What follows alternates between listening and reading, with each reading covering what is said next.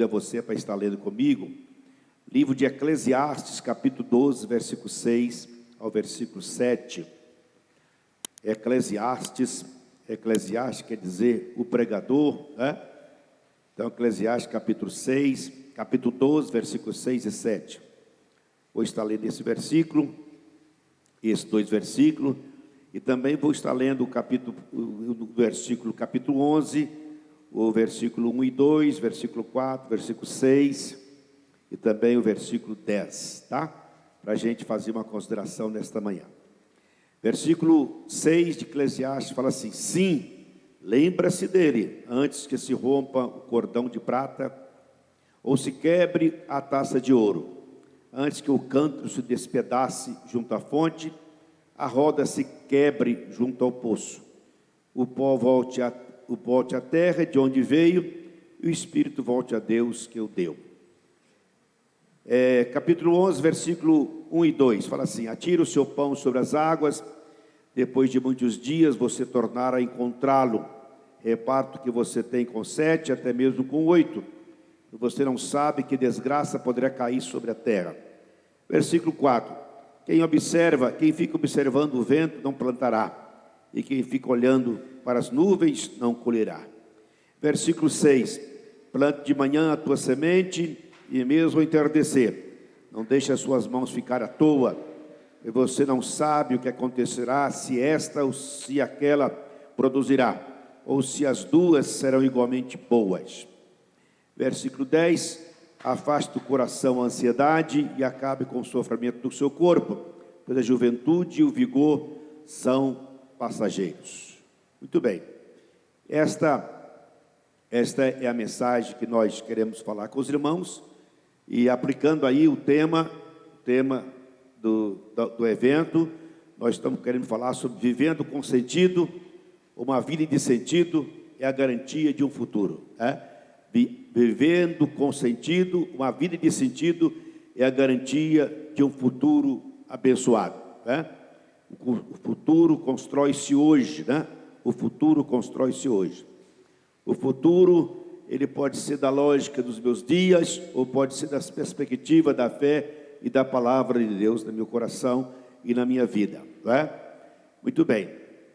O texto aqui, o escritor eclesiástico, ele passa o perigo, passa a consequência de uma pessoa viver uma vida sem sentido, né? Portanto, viver sem sentido é fazer da vida, viver com sentido é fazer a vida ter sentido e que torna o futuro previsível, né? Então, o segredo aqui, a mensagem é viver com sentido. E esse texto faz 4 considerações sobre o sentido da vida. 4 considerações, 4 aplicação, 4 conexão, 4 consideração que a gente faz o paralelo. Então, antes de falar sobre o cordão de prata, antes de falar sobre a taça de ouro, antes de falar sobre o cântaro, antes de falar sobre a roda, eu quero dizer o seguinte: a vida de uma pessoa feliz e segura no seu futuro precisa fazer sentido, né? Pois perder o sentido da vida é condenar o futuro, tá? É tornar insuportável os dias presentes da vida, e a vida tornar um tédio, um enfado de viver. A ideia é esta. A primeira ideia que eu quero que vocês captam e grave é essa: podemos até cansar na vida. O que nós nunca podemos é cansar da vida. Podemos até cansar da vida. O que nós nunca podemos é cansar da vida. Esta é a ideia que nós extraímos dessa introdução. Muito bem. Então vamos fazer as considerações aqui que o texto fala. Primeiro, lembra-se dele antes que rompa o cordão de prata. Primeiro ponto, eu quero falar com os irmãos sobre o cordão de prata. O que é o cordão de prata? O cordão de prata, ele fala da fragilidade da vida. Da fragilidade da vida, né? Essa vida que é frágil. No Salmo 39, versículo 4, tirou meu som aqui de trás, aqui está tão bom, aqui da retaguarda. O Salmo 39, versículo 4, o salmista Davi fala bem assim: ensina-me, mostra-me, Senhor, o fim da minha vida e o número dos meus dias, para que eu saiba o quanto eu sou frágil. Então a pessoa, cordão de prata, portanto, fala sobre a fragilidade da vida, o quanto nós somos frágeis. E a ideia é essa: a gente precisa ter consciência dessa fragilidade, porque isto é sabedoria. Isto é sabedoria. A consciência da nossa fragilidade resulta em nós sermos mais prudentes, mais precavido, ser mais precavido, nós tornar a pessoa menos incoerente, nós tornar menos estúpido, menos estúpida e desprovida de respeito com a sua própria vida e com a vida do seu próximo. A pessoa tem que ter essa fragilidade para respeitar a própria vida e a vida do seu próximo, né? Então aprendam, é questão de inteligência emocional, inteligência espiritual, aprender a respeitar a fragilidade da vida, a considerar essa fragilidade, para não tornarmos pessoas orgulhosas, prepotentes, vaidosas, cheias de egoísmo, e pensar que nós estamos com tudo, e nós somos super humanos e assim por diante, e às vezes nós perdemos algumas coisas importantes da vida por falta de uma mera humildade e compreensão das coisas, né? Quando nós falamos em cordão de prata, nós falamos em fragilidade da vida, nós estamos falando em elos que sustentam a vida. Elos que sustentam a vida. E esses elos que sustentam a vida precisam estar firmes, tá? Esses elos que sustentam a vida: saúde, paz, família, equilíbrio emocional, descanso, espiritualidade, tudo isso é elo que sustenta a vida. Então a gente precisa observar isso. Eu faço aqui 3 colocações. Não queira viver como super-herói. Não queira viver como super-herói, porque isso é fantasia. Não queira viver como anjo, isto é ilusão. E não queira imaginar que a vida terrena é um paraíso, isso é mentira. Isso é mentira. Então, 3 coisas que eu faço aqui, eu queria que você observasse. Não queira viver como um super-herói, isso é fantasia. Não queira viver como anjo, isso é ilusão. E não queira imaginar que a vida na terra é um paraíso, isto é mentira. A vida na terra não é paraíso. Nós fomos expulsos do paraíso. Nós precisamos ter força e graça para um dia voltar para lá, né? Então, a vida, o texto bíblico fala muito bem aqui de enfados e canseira, né? A vida tem enfados e tem canseira. Enfado e canseira faz parte da nossa fragilidade da vida, né? Agora o problema é não deixar que enfado e canseira chegue fora do tempo. Pode até chegar, mas chega no tempo devido e seja o tempo menor possível da minha existência, esse tempo de enfado e canseira. Portanto, não antecipe para a sua vida enfado e canseira. A Bíblia recomenda bem claro: ensina-nos a contar os nossos dias, para que nós alcancemos corações sábios, né? Coração sábio na arte de viver, a arte de estar vivendo o presente, mas construindo o futuro, né? Essa que é o ensinamento. Então, coração sábio para viver o tempo estabelecido por Deus na nossa existência, né? A vida não é curta, a vida também não é longa. A vida é exatamente o tamanho certo que Deus estabeleceu para o homem viver. A vida é um tempo probatório, que a gente tem sabedoria para aproveitar o melhor desse tempo, de forma que nós alcancemos esse futuro, né? Esse futuro, ou vivemos na perspectiva de um futuro, dentro de uma proposta do Senhor Deus, que é paz, alegria, comunhão, felicidade, gozo na alma, alegria do espírito e assim por diante. Então, a gente precisa aprender nessa fragilidade da vida algumas coisas. Primeiro, seja sábio do convívio, tá? Seja sábio do convívio. Cuidado com as suas palavras, cuidado com as suas ações. O futuro será sempre consequência do seu presente. O futuro será sempre consequência do seu presente. Então, plante para o futuro, né?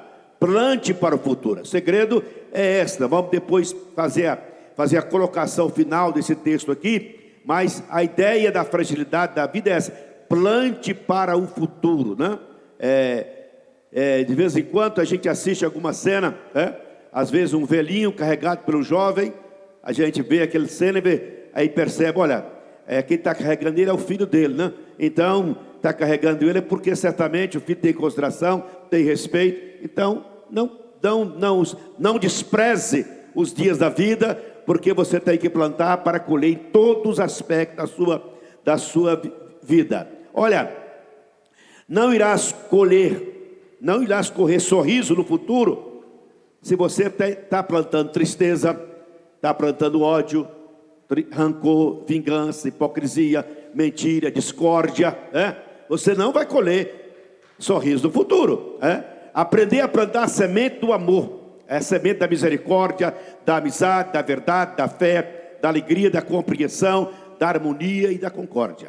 Se você plantar isso, certamente você vai colher sorriso no seu futuro, né?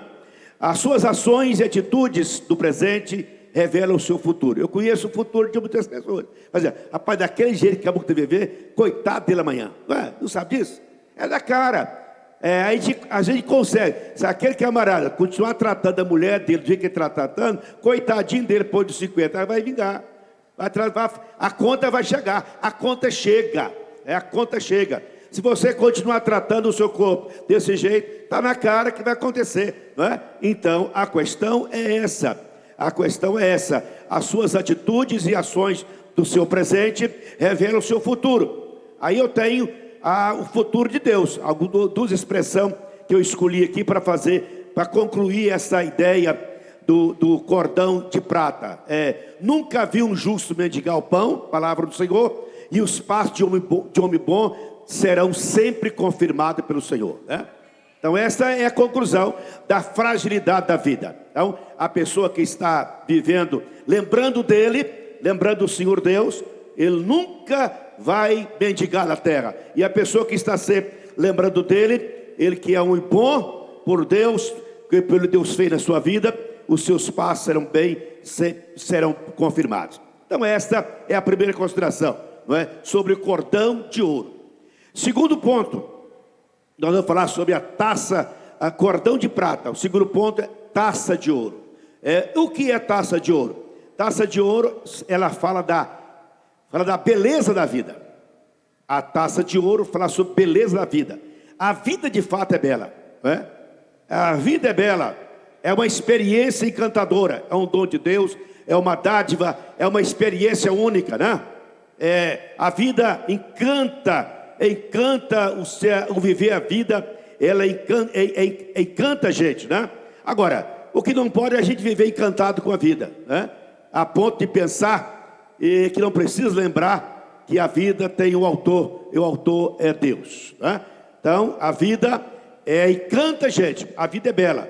E você, se por alguma razão você não deslumbrou a beleza da vida, alguma coisa está acontecendo com a sua perspectiva, com o seu presente, com as suas ações, com a sua palavra, com a sua inteligência emocional. Então, a taça de ouro fala da beleza da vida, né? A beleza da vida nos convoca a nós aprender a cultivar uma vida de qualidade, com momentos de qualidade, conversações de qualidade, ambientes celebrativos. A vida, ela é bela e nós precisamos celebrá-la. Celebrar a vida, né? Celebrar a vida todos os dias, todo evento, toda data importante, sempre que puder celebrar a vida com graça, com ações de graça, com louvor, porque a vida é um dom de Deus. Celebrar a vida com ações de graça. Eu tenho observado algumas pessoas, até crente, às vezes faz a celebração de uma data, de uma comemoração de aniversário, de uma lembrança importante, mas celebra a vida de uma forma muito assim, muito secular, né? Muito secular. e a gente vê as pessoas celebram a vida e esquece de lembrar dele, né? Que ele que é aquele que fez a vida ficar bela, e é ele que faz a vida ficar bela. Então, sempre que celebra a vida, lembrar que nós celebramos porque Deus é que é aquele que fez essa vida bela. Aprender a admirar, a deslumbrar o amanhecer do novo dia, o pôr do sol. Até nós cantamos aqui no corinho, foi cantar aqui o pôr do sol, né? Aprender se a pessoa tem que aprender a amar a vida, ser contemplativo com as coisas que Deus criou, né?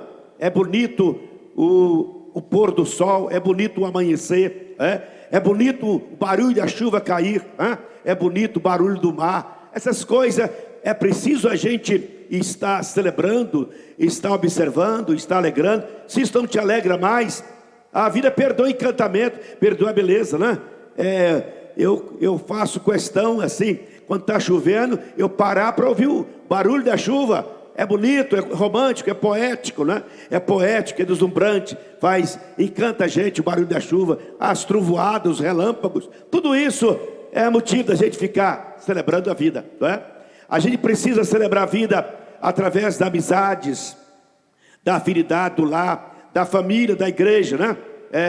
A gente precisa, portanto, ter compreensão que, no entanto, a beleza da vida, ela contribui, muita coisa contribui para essa beleza acabar, a beleza acabar, algumas coisas contribuem. Pode ser o tédio, pode ser uma depressão, pode ser uma tragédia, pode ser uma amargura, pode ser uma desgraça que aconteceu na vida, né?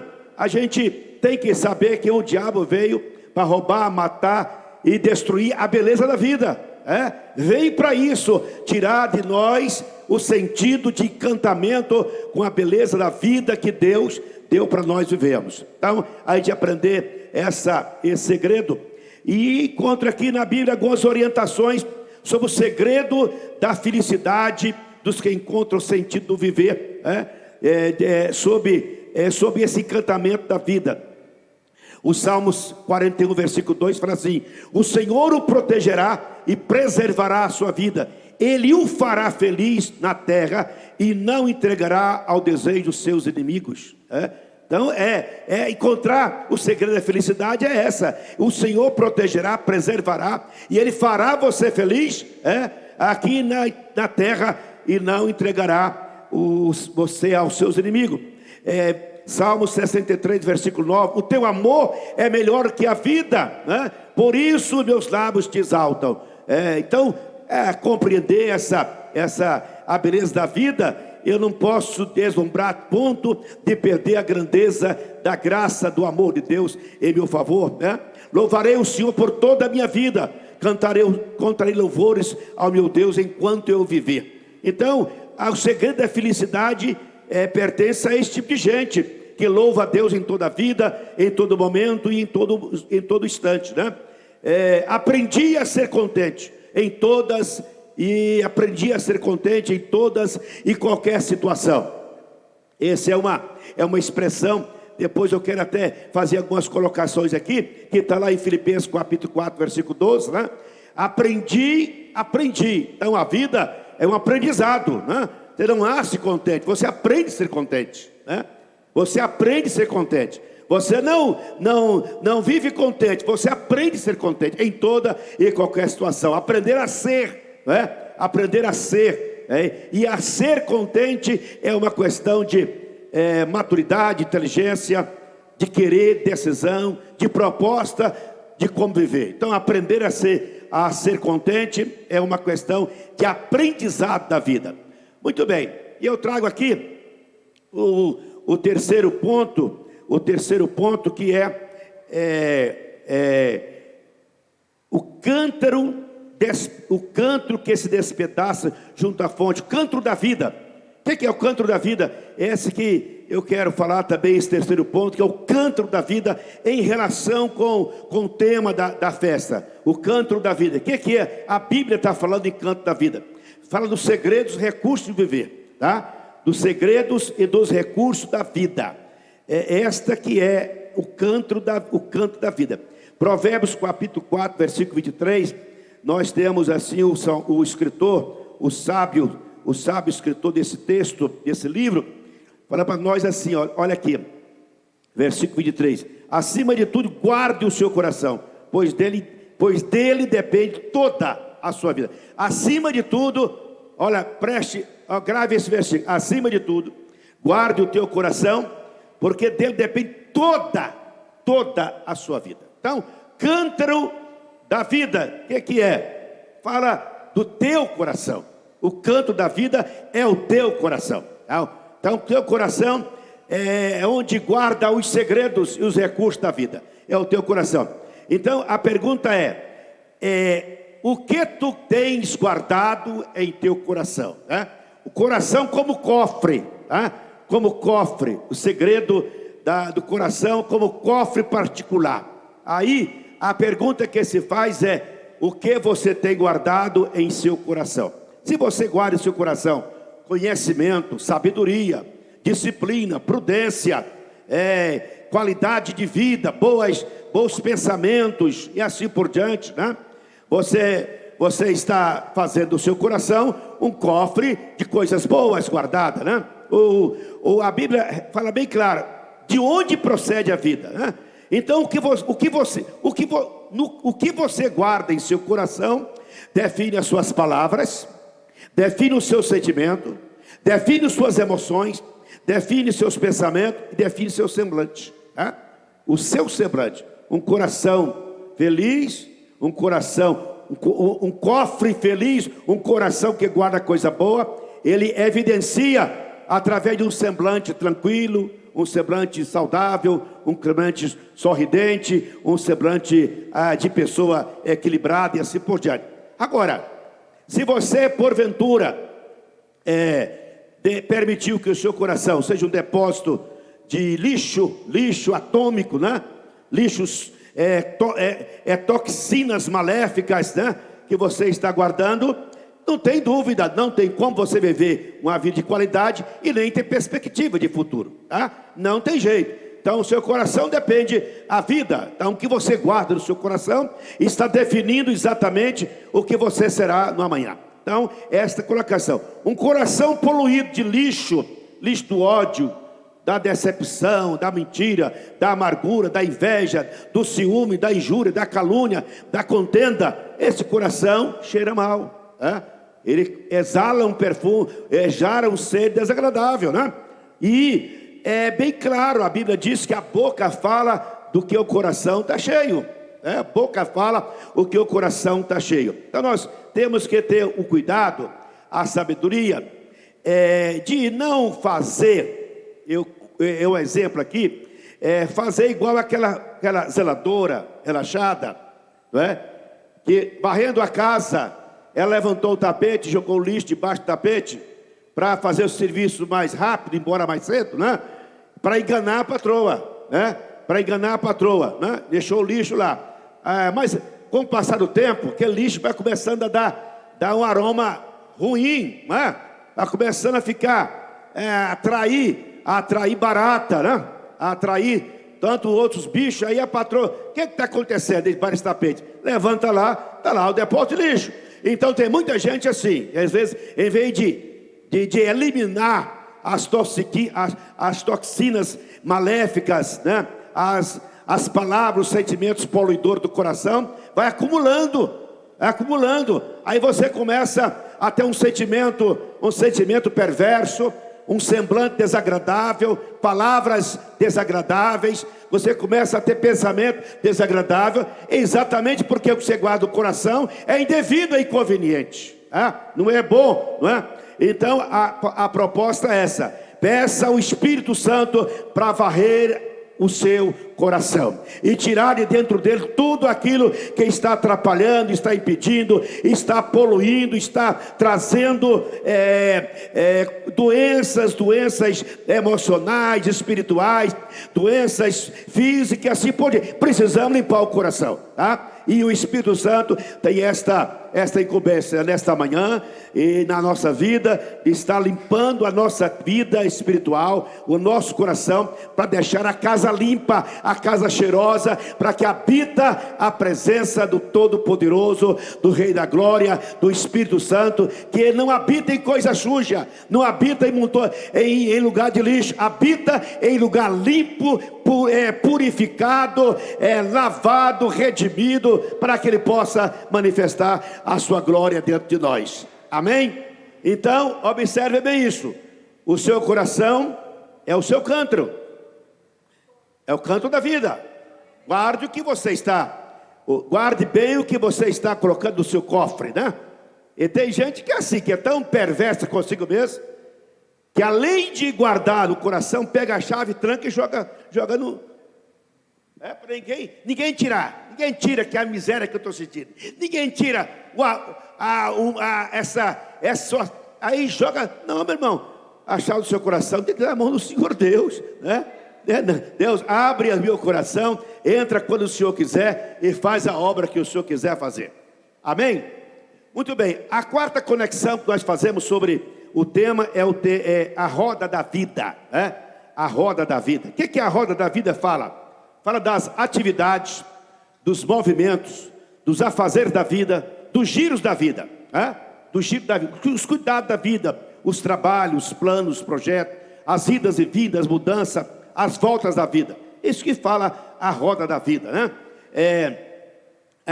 Quando nós falamos em roda da vida, é assim, como fosse aquela roda gigante, né? Roda gigante. É assim, aí tem uma ideia. Cuidado que você pode estar subindo, alguém descendo. Mas depois pode inverter. Você está descendo, aquele que você viu subir, aquele que você viu descer está subindo. Então, a ideia a roda da vida nos apresenta algumas ideias que é sugestiva para a gente observar. A roda da vida nos convida a não desprezar o próximo, a não descartar o próximo, a tratar bem cada pessoa que nós podemos conviver, que está ao nosso lado. Trate bem as pessoas. Olha, trate bem as crianças, viu? Trate bem as crianças. Você às vezes trata uma criança que você vê hoje, às vezes você não pensa que não vai encontrar. Algum dia você pode estar na mesa da cirurgia, aí você abre o olho. É você, doutor. Lembra você quando era criança. Então pense bem, a vida dá volta. A vida dá volta. Então trate bem as pessoas, trate bem a família, trate bem o seu próximo, não despreze ninguém pelo caminho, não descarte os amigos, né? E essa é outra observação importante. Conserta com quem você tem que consertar enquanto a roda está girando. Porque quando parar não dá tempo mais. Conserta com quem você tem que consertar enquanto a roda está girando. Antes que você não tenha mais jeito, não possa fazer. Nunca diga, não preciso de você, né? Porque você um dia pode precisar. Nunca diga isso. Entenda uma coisa, a roda da vida nos ensina a nós conviver bem com o nosso próximo nesse aspecto. Então a roda da vida fala dos cuidados, né, da atividade. Nas suas atividades, nos seus movimentos, nos seus afazeres, nos seus planos de trabalho, por favor, considere esse fato. A vida também, ela é conectada, a roda da vida é conectada com o que pode acontecer no nosso amanhã.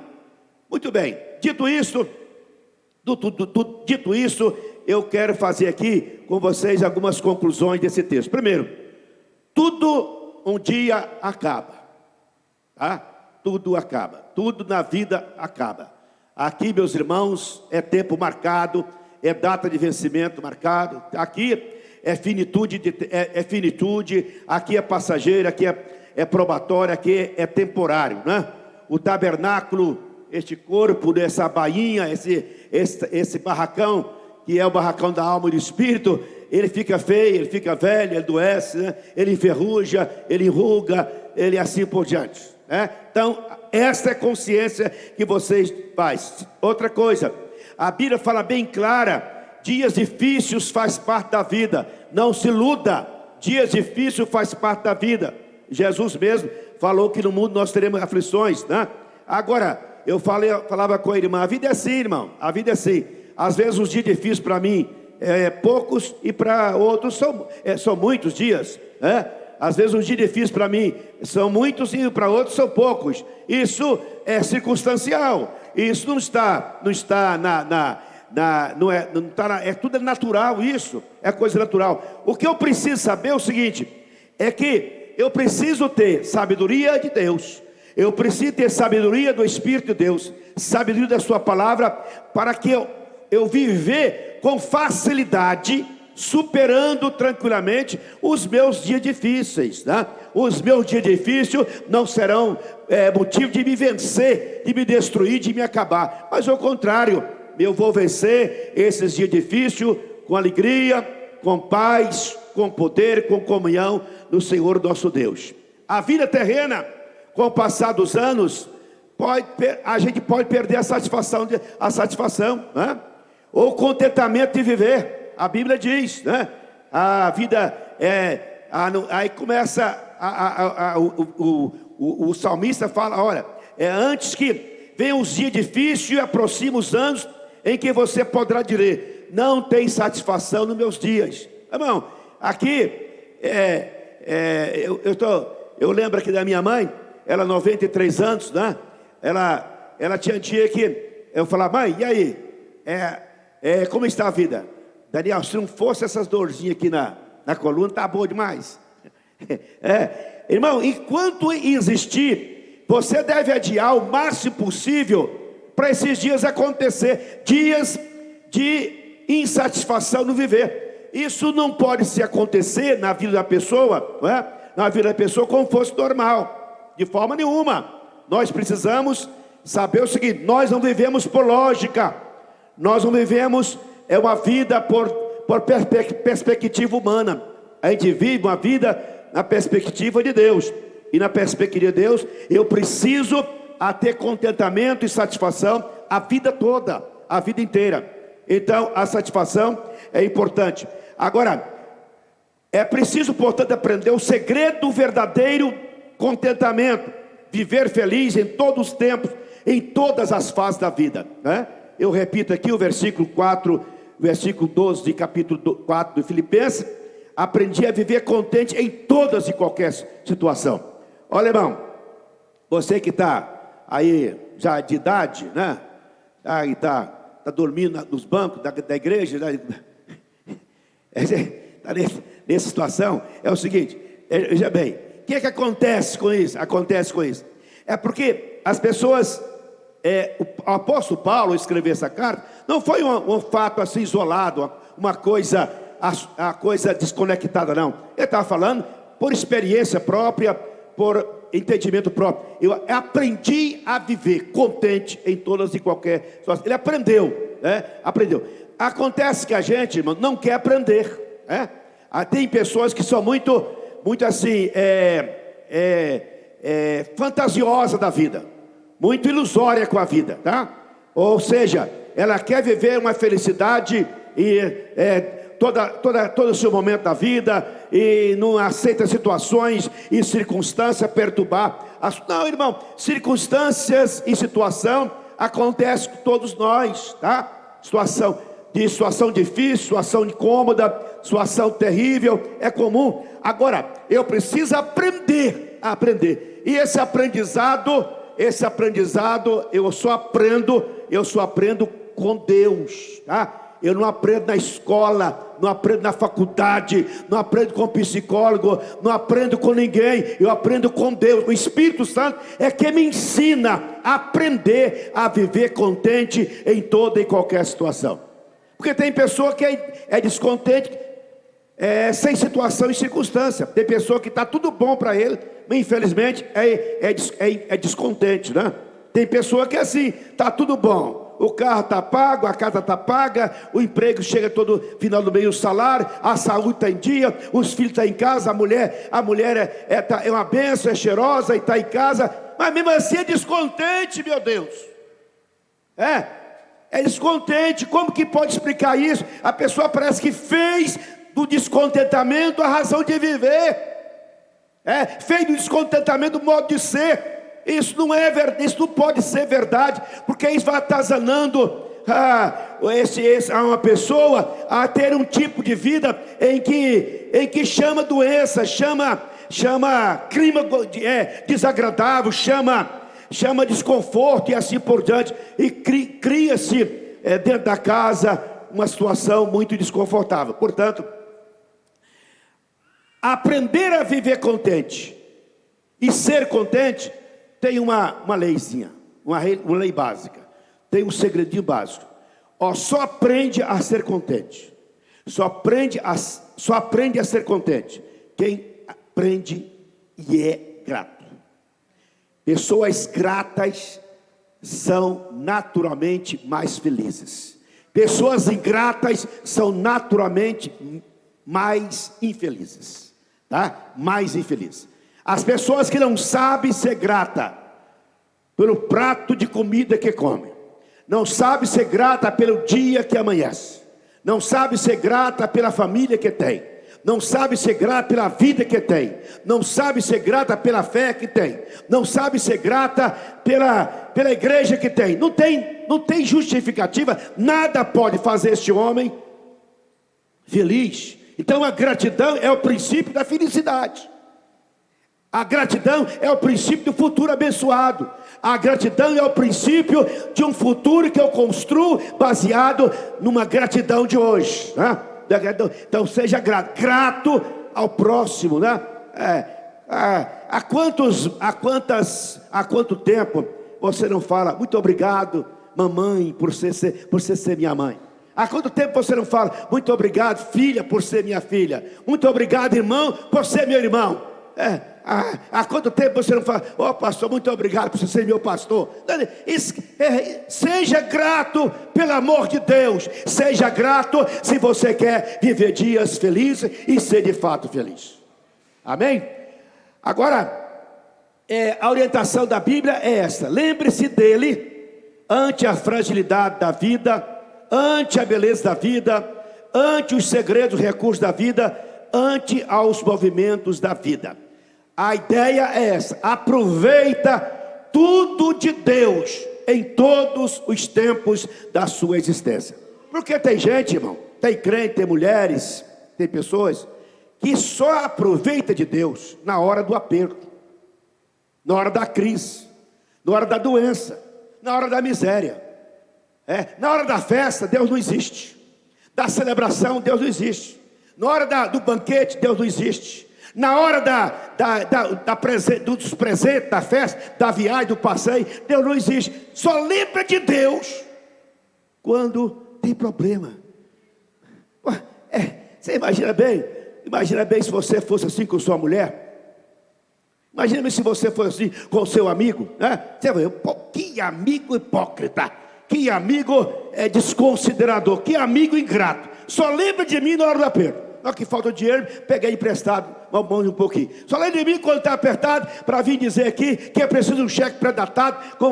Só lembra disso. Irmão, por favor, lembra dele em todos os instantes da sua vida. Aproveita tudo que tem de Deus para te oferecer, para te dar na sua existência. Amém? Aí a recomendação é reconhecer Deus em todos os tempos, considerar em todas as suas provações, em todo o seu momento, em todos os seus dias, buscar enquanto você pode achar, invocar enquanto está perto, cultuar, louvar enquanto você tem vida. Louvar enquanto você tem vida. Aí eu quero pontuar aqui, encerrando essa colocação, dizendo o seguinte: conselhos para a vida sábia, conselhos para uma vida de futuro sorrindo, tá? Conselho bíblico, está na Bíblia aqui, extrair aqui do capítulo. Primeiro conselho: olha, se você quiser ter uma vida de um final de contentamento, ter uma vida de satisfação plena na sua vida, se você quiser viver uma vida com perspectiva de um futuro que vai trazer sorriso, primeira coisa, seja generoso. Seja generoso, seja misericordioso. A pessoa que não é generosa, não é misericordiosa, essa pessoa está comprometendo o seu futuro, tá? Está comprometendo. Tem gente, irmão, que é crente, está na igreja, é fiel, ora, lê Bíblia, vem nos cultos, mas não tem misericórdia, não é generoso, sabe? Se ele puder excluir a metade da igreja, ele exclui. Se ele puder condenar a metade, ele condena.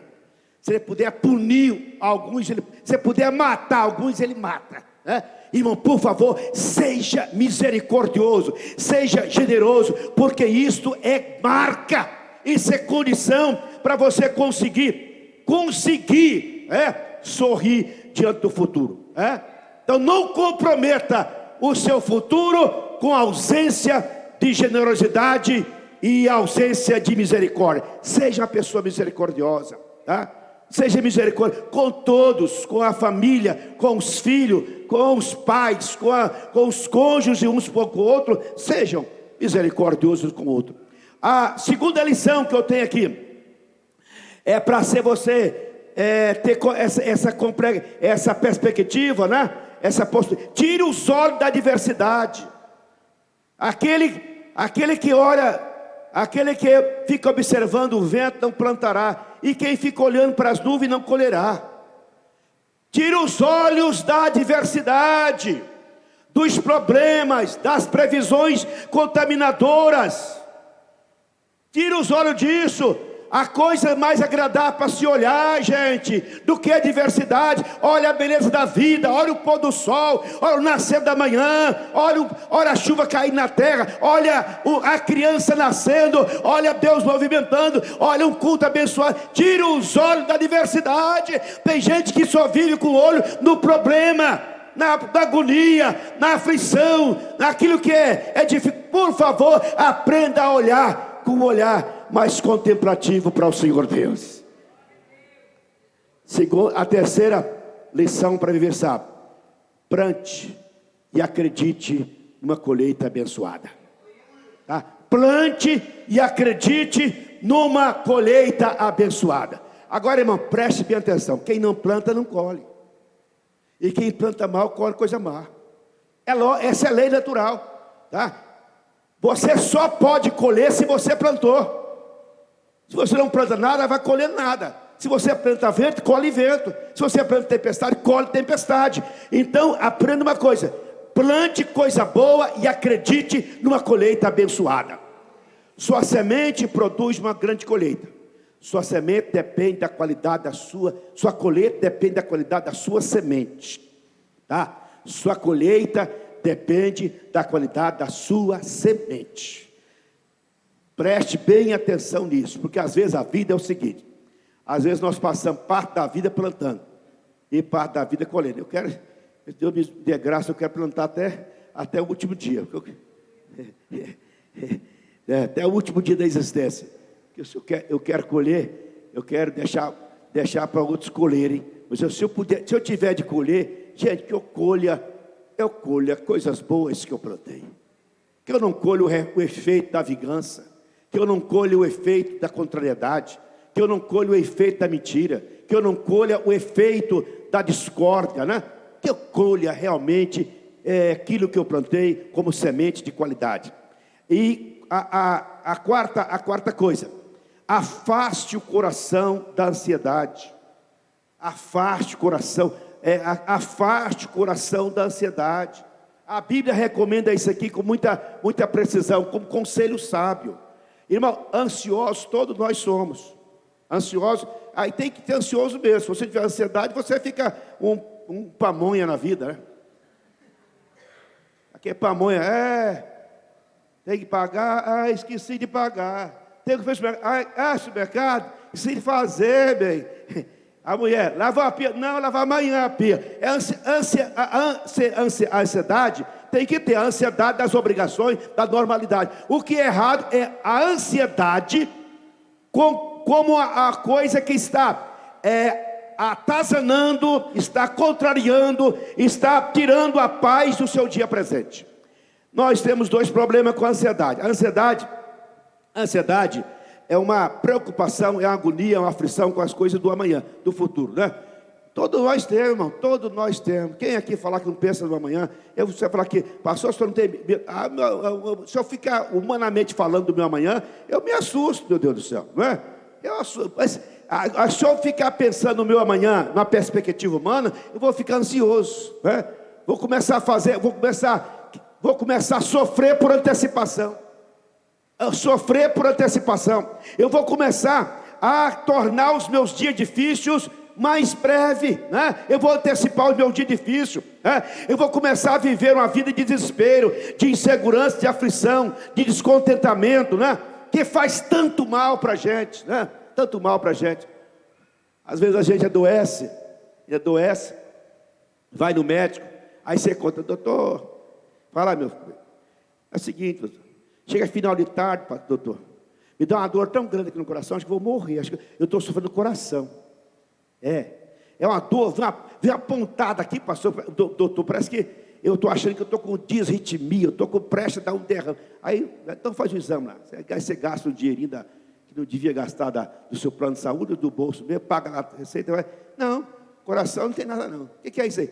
Isso é falta de você ficar mais tranquilo no seu dia a dia, alegrar mais, sorrir mais.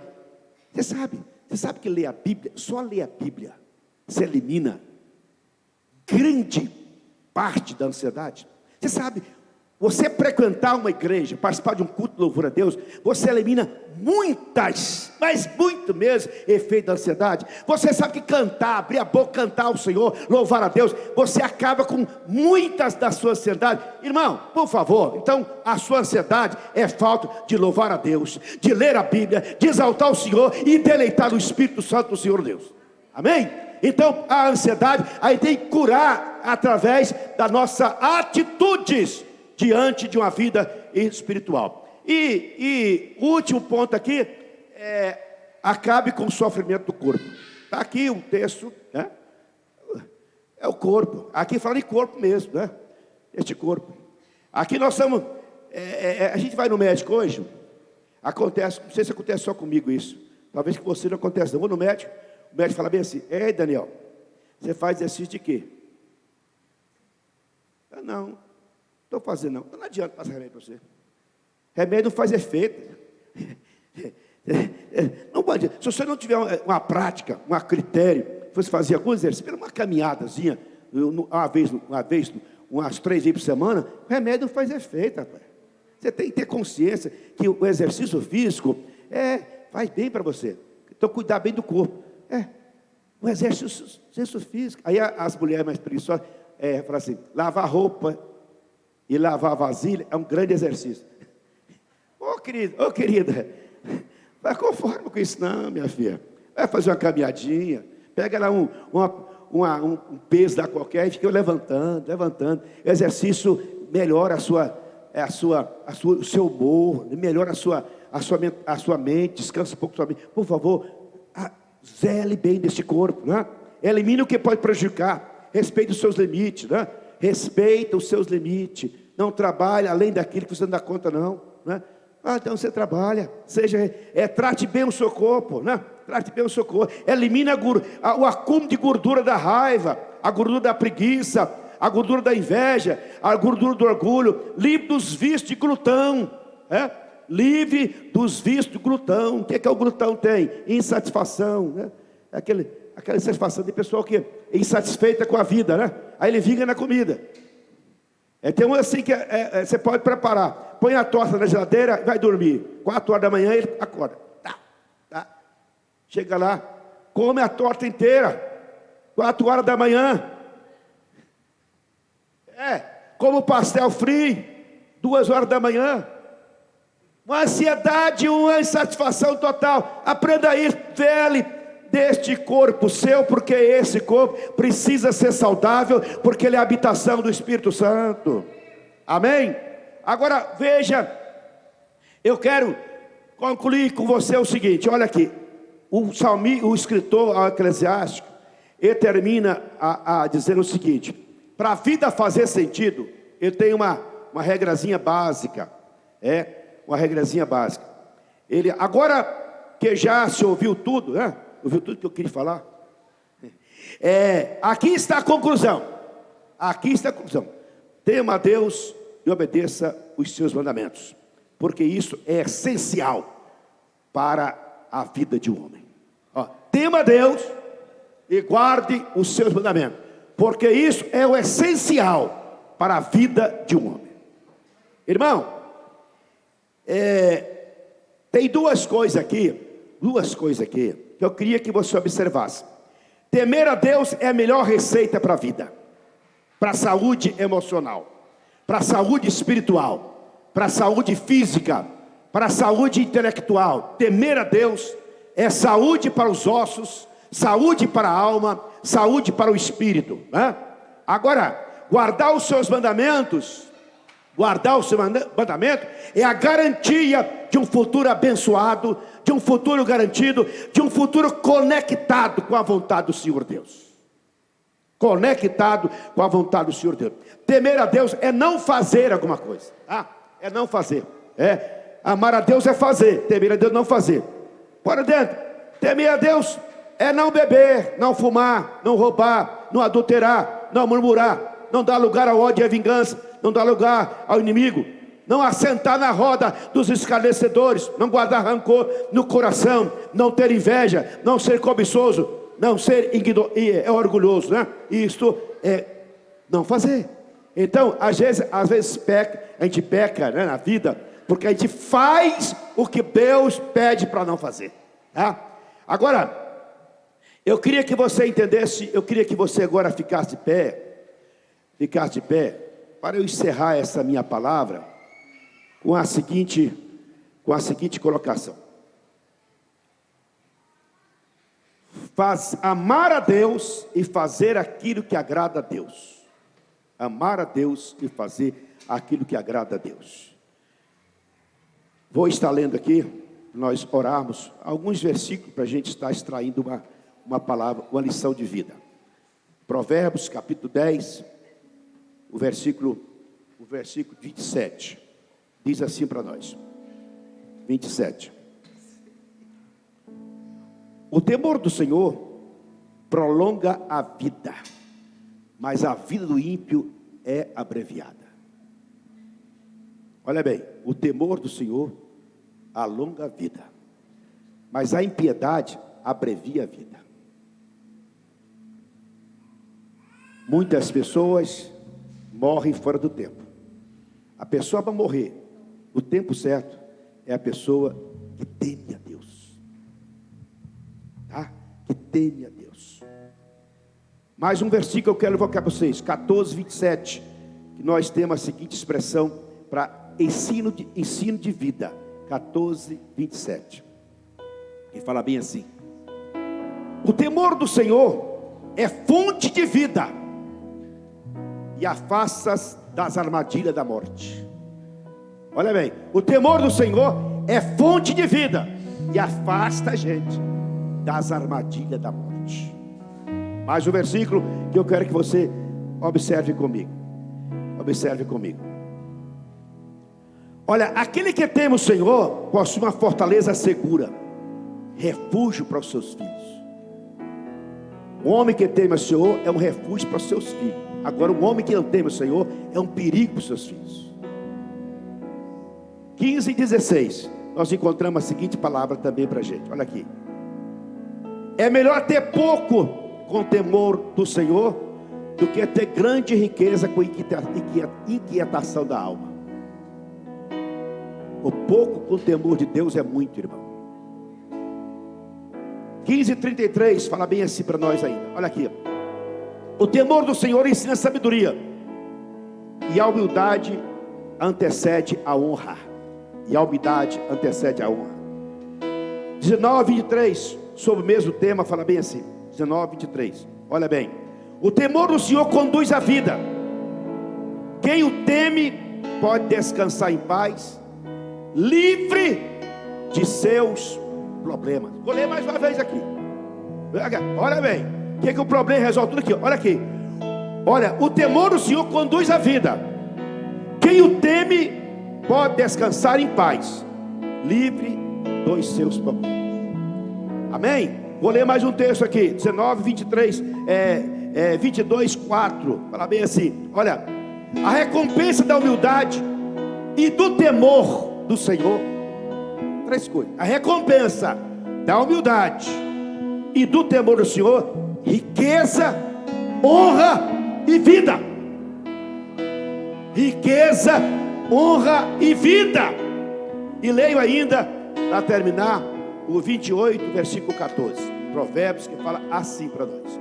28, 14. Olha o que diz aqui. Como é feliz o homem constante no temor do Senhor, mas aquele que endurece o coração cairá em desgraça.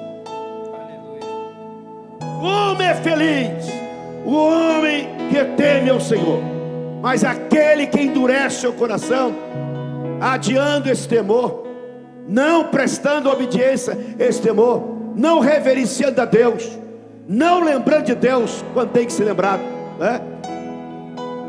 Este homem, ele pode ser uma pessoa atraidor de desgraça na vida, de miséria, de pobreza, de doença, de infelicidade, sabe? A pessoa que rejeita o temor a Deus, ele contribui para a sua infelicidade, para a infelicidade dos seus familiares, para a infelicidade sua própria e assim por diante. Então eu me encerro essa minha palavra dizendo o seguinte: lembre-se dele, lembre-se do Senhor em todo momento, em toda ação, em todos os pensamentos, em toda celebração, em toda motivo de vida, em toda a vida. Louve a Deus em todo o tempo, reconheça a Deus em todo momento. É a palavra do Senhor para você. Agora, eu te garanto uma coisa, não existe nenhum homem com futuro condenado, se tem essas benditas promessas e garantia da Bíblia. Amém? Portanto, se você quer ter uma vida feliz, se você quer pleitear, quer você dizer que tem garantia de um futuro de amanhã, aprenda isso, porque isso aqui é receita, isso aqui é orientação, isso aqui é lições para cada um de nós, para que nós saibamos que a nossa existência nessa terra só tem um sentido: fazer valer a vontade de Deus, o seu propósito, e nós servir do nosso tempo para louvar o nome dele, honrar ele aqui e temê-lo como ele merece ser temido. Amém? Deus te abençoe, Deus te ajude, e que o seu futuro seja um futuro digno de ser acompanhado de sorrisos. Amém, amém e amém. Glória a Deus.